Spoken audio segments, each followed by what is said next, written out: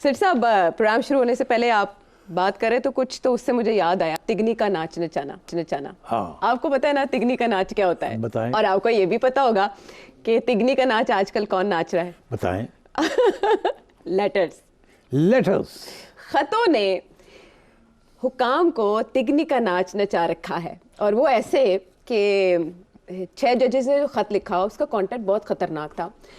उन्होंने तवज्जो दिलाई कि उनके काम में मुदाखलत की जा रही है। सुप्रीम कोर्ट ने भी उस पर गुस्से का इजहार किया और कहा कि मुदाखलत बर्दाश्त नहीं करेंगे। थोड़े अरसे तक सब सहम गए कि जुडिशरी एक्टिव हो चुकी है अपने राइट्स के लिए।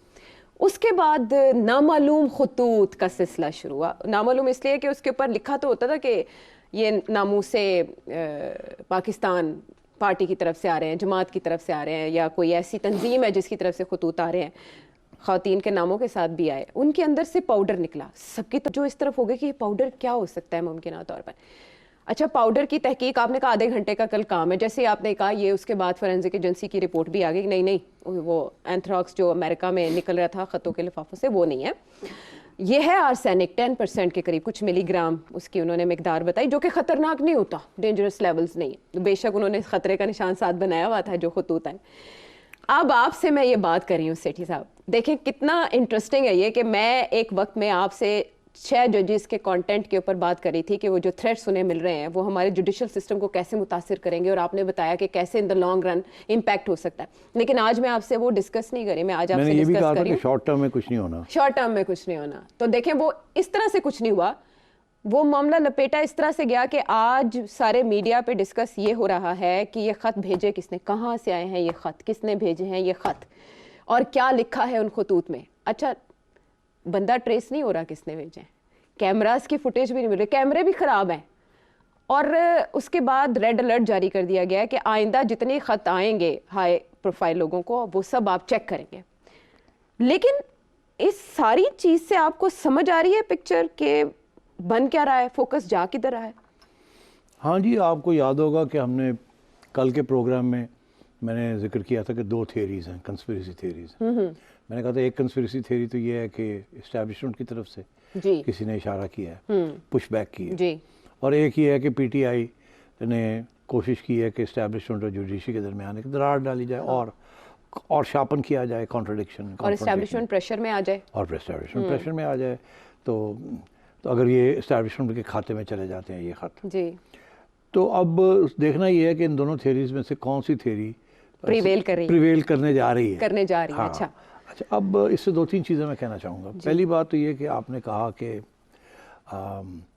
वो पहले 6 जजेस को मिले जी, अब टोटल कितने को हो गए? 25 जजेस हो गए जो जिनको खत आ रहे हैं, और ऐसे लगता है रोजाना हर एक को इंतजार होता है आज मुझे लेटर आएगा, आज मुझे लेटर आएगा। ये लव लेटर्स जो हैं 25 लोगों को पहुंचे 25 लोगों को पहुंच गए, और इसमें सिंध हाई कोर्ट और पेशावर हाई कोर्ट के जजेस शामिल नहीं है। पता नहीं उधर तवज्जो, निगाह इल्तिफात उधर क्यों नहीं हुई। बलूचिस्तान वाले भी शामिल नहीं है मेरे ख्याल में। हाँ जी, वही ना, कोयटा। हाँ कोयटा, वेरी राइट, हम भूल ही गए थे, वो भी नहीं है शामिल। अच्छा, तो अब ये है कि लाहौर जी, मतलब पंजाब जी, और सुप्रीम कोर्ट जी, और supreme court Islamabad high court. और Islamabad high court. Very interesting, हाँ। क्योंकि जो एक तो ये कि जब इन अदालतों के लोगों के ऊपर टारगेटिंग होती है तो बड़ी बड़ी खबर बनती है।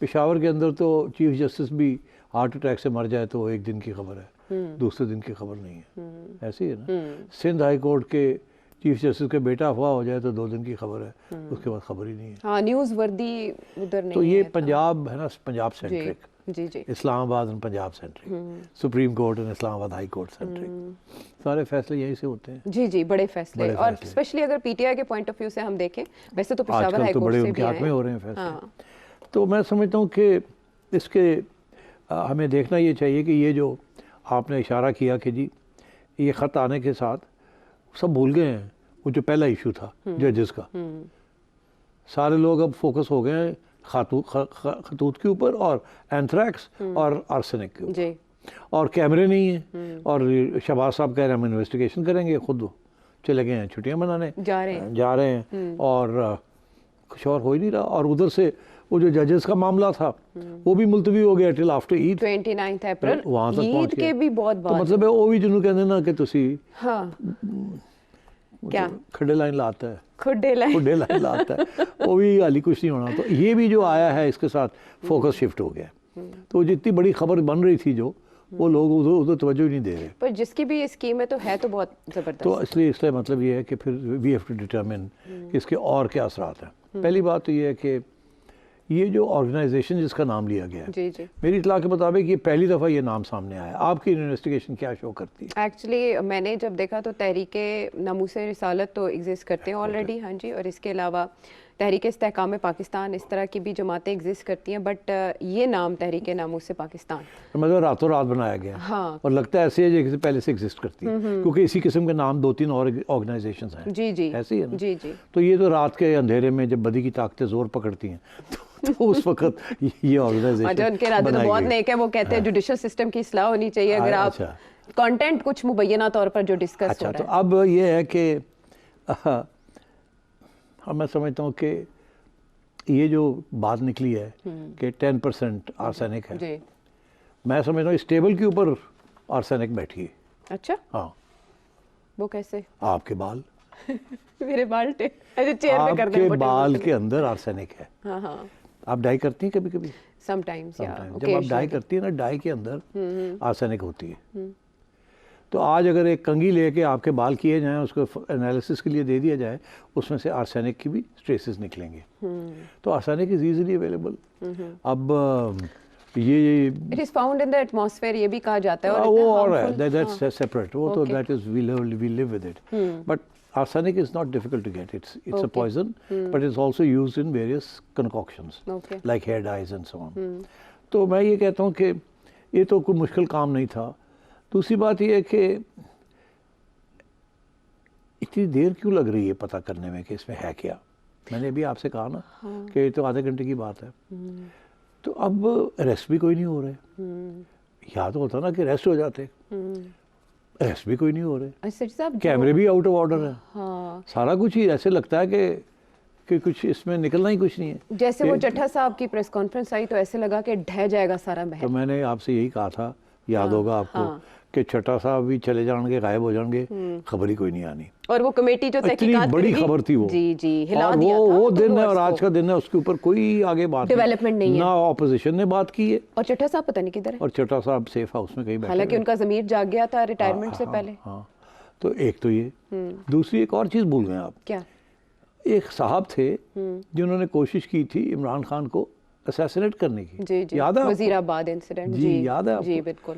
उसके बाद उनकी एक वीडियो भी आई, कन्फेशन कर रहे हैं कि मैं कितना था ये इस तो। वजह से मैंने ये किया। इतनी बड़ी चीज़, उसके बाद नामो निशान नहीं उनका। वो कहाँ हैं? उनके ऊपर कोई केस हुआ, वो प्रोसिक्यूशन हो रही है नहीं हो रही, विटनेसेस आ रहे हैं नहीं आ रहे, उनका अगला उनका पिछला है ही कुछ नहीं। हाँ, तहवील में है लेकिन खबर नहीं बन रही। कोई नहीं, खबर नहीं बन रही ना। वो तहरीर तो होती है ना जी, बैठ जी के। जी, जाहिर है वो तो जरूरी है, कितने पे उन्होंने बंदा अटेम्प्ट किया। उन्हें की दस्या है, को पता तो लगे, कुछ भी नहीं। अब ये तीसरी चीज़ उसी किस्म की आ गई है कि कुछ पता ही नहीं चल रहा कि हो रहा है कि नहीं हो रहा।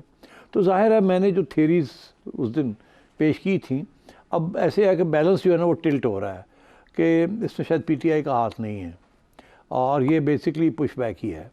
It's a या sort of- डिफ्यूज करना, डिफ्लेक्ट करना। दोनों चीज़ें हैं ना, पुश बैक भी करना और डिफ्लेक्ट भी करना। It serves both purposes. हाँ, अच्छा सिर साहब देखें, जो अमेरिका में एंथ्राक्स के लेटर्स आए थे उसकी वजह से 5 हलाकतें हुई थी, मतलब वो एक डेंजरस चीज़ थी जो भी It was, भेजी। yes. बट ये जो है इसमें जो मिकदार है, ऐसे लगता है कि वो कैलकुलेटेड है पहले ही कि हार्म नहीं हो किसी हाँ, को। नहीं होगा, प्रिसाइसली दिस। तो इसका मकसद 10% आर्सेनिक के साथ हार्म क्या होना है? तो मैं ये कह, क्योंकि दवाइयों में भी होती है ना, आर्सेनिक डालते हैं वो।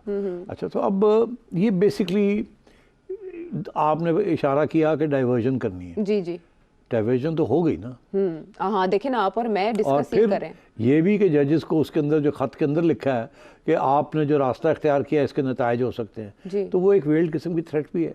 आपको याद होगा मैंने भी इशारा किया था कि ये थ्रेट इनके ऊपर, जजेस के ऊपर कुछ चीज़ें निकलनी शुरू हो जाएंगी। याद है आपको? अभी हुआ नहीं मगर हो जाएंगी। मैंने कल के प्रोग्राम में भी ये कहा है कि किसी की, ब्लॉगर्स के थ्रू अगर इस तरह का तो डाटा जो है ये वो सर्कुलेट किया इट्स जा very very clear that this is linked to what's happening. अच्छा सिटी साहब, तो इस्लामाबाद हाई कोर्ट के जजेस जो हैं वो चुप करके बैठे रहेंगे, सारे मामले को देखते रहेंगे या? देखिए, अब उन्होंने क्या कर सकते हैं? अब तो सारा के सारा मामला जो है वो चीफ जस्टिस और उन 7 जजेस के ऊपर चला गया है।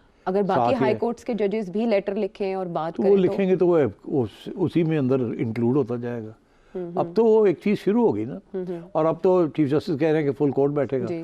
जितने लोग अब कंप्लेंट करेंगे वो हजम होता जाएगा इस चीज़ के अंदर। उसकी एक दिन की खबर होगी, वो कहे हाँ जी आ गया, इसको भी इंक्लूड कर ले, इसको भी इंक्लूड कर ले, वो भी सुन लवांगी, वो भी सुन लो। तो रह के गया पीछे, नॉवल्टी ऑफ द खबर इज़ गॉन।